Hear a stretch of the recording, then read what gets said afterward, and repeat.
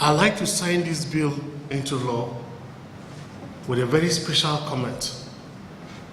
And the comment will be deep. Because the only way you measure the quality of a good society is how much it takes care of its vulnerable. If you want to measure the level of civilization of an individual or an organization, the best barometer you can use is to calibrate it against how it treats the weaker people, how it responds to enemy, what it does when somebody comes with opposition, how much love you show in response to hatred, how much care you give to those that you have nothing in expectation from. Cross River State, this bill is beyond what the government would lay claim to.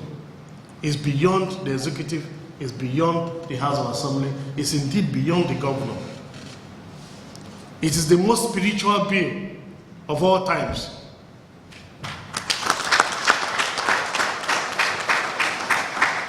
It is a bill that derives its origin from the true African culture,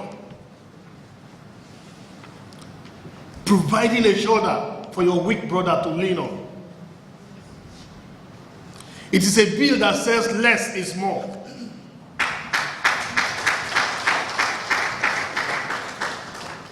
And before I sign it into law, I'd like all of us to understand the spirit and intent of the AyadeCare. I want to also specially thank the House of Assembly who have christened this perfect and wonderful bill, the AyadeCare. The originator of that name will certainly have a golden handshake.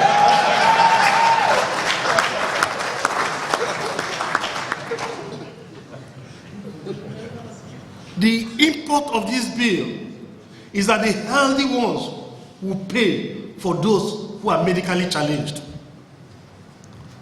The law provides very expressly that a minimum sum of 1,000 naira will be paid by every Cross Riverian and resident in Cross River, a sum of 1,000 naira every month. That 1,000 naira every month, whether you are sick, you are not sick, once you are adult and a tax payable age, you pay a sum of 1,000 naira. That 1,000 naira becomes your insurance for that month. So in the entire year, your insurance is 12,000 naira. That gives you access to full medical attention, diagnostics, transplants, surgeries, and all medical issues. For a token sum of 1,000 naira a month. The economics is clear.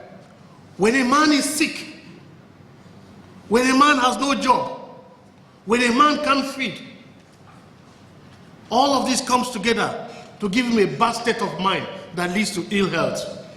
So at the time your brother is down in finance, in state of the mind, and that's when the health also comes challenging, what do? That's the time the brother should provide support.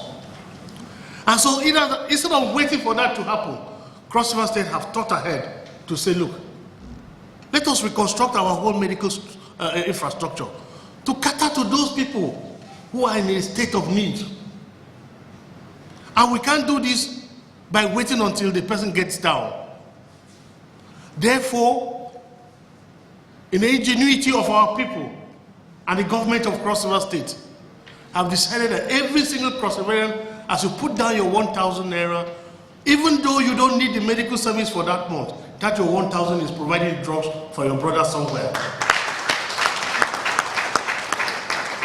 But if we look at the economics, that Cross River with a population of about 4 million people today, if only 50% of that presents their 1,000 every month, Cross River State will be sitting on 2 billion naira monthly to pump into medical service for Cross Riverians.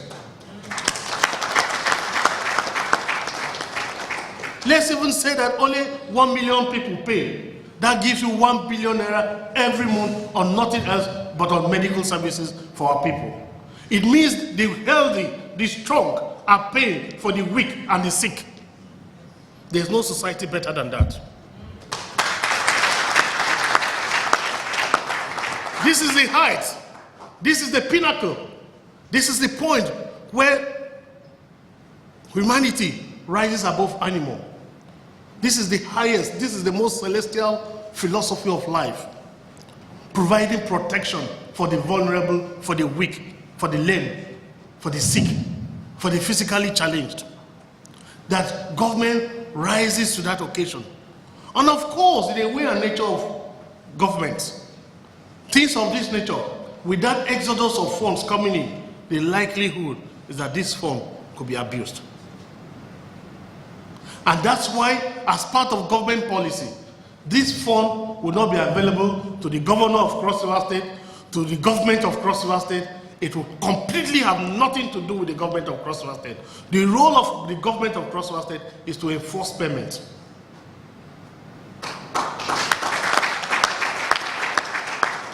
So for naysayers and for those who doubt the efficiency of government, this will be one classical case that will show that government can indeed be effective.